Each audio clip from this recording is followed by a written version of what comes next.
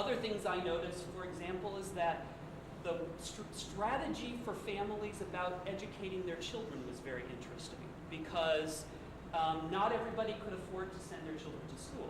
So if I had 6 kids, I would send the first child until that child had a few skills that would be useful, and then I would take that child out of school and send the next child. And I also probably have a herd of goats that need to be taken care of. So one of my children is sent to the mountains with the goats to make sure they're taken care of.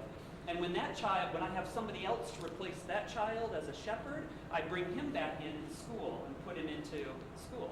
So there's a very interesting sort of dynamic of who goes to school, when they go to school. I would have in my primary classrooms 20-year-old boys sitting with 5-year-old and 6-year-old children because the 20-year-old had been herding goats most of the first part of his life, and he was coming back to learn to read. So there's definitely sort of a value to education, but it always costs money until recently. So one of the big victories of the Global Partnership in Education was to convince the African Union to commit to free primary education. So now every member of the African Union, which is all of sub-Saharan Africa, makes sure that primary education is free to children. So it's no longer tuition-based. And even though tuition was never expensive, even $10 a year was a lot of money to people who are selling oranges in a marketplace. What sort of job opportunities are available for children? Yeah, the question is what kind of job opportunities are available for children? The answer is not many, right? In this particular country, there's very little natural resources. So typically, boys go into South Africa to work in the diamond mines and the gold mines.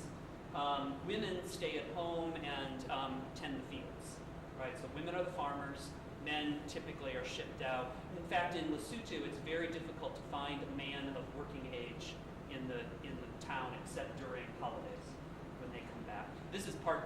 I can go on forever, but this is part of why there's such an HIV crisis in these communities, because there's a lot of transiency back and forth from one community to another, often transmitting the virus with them. What's the average size of the family? Can you? Average size of the family? It really is it's changed.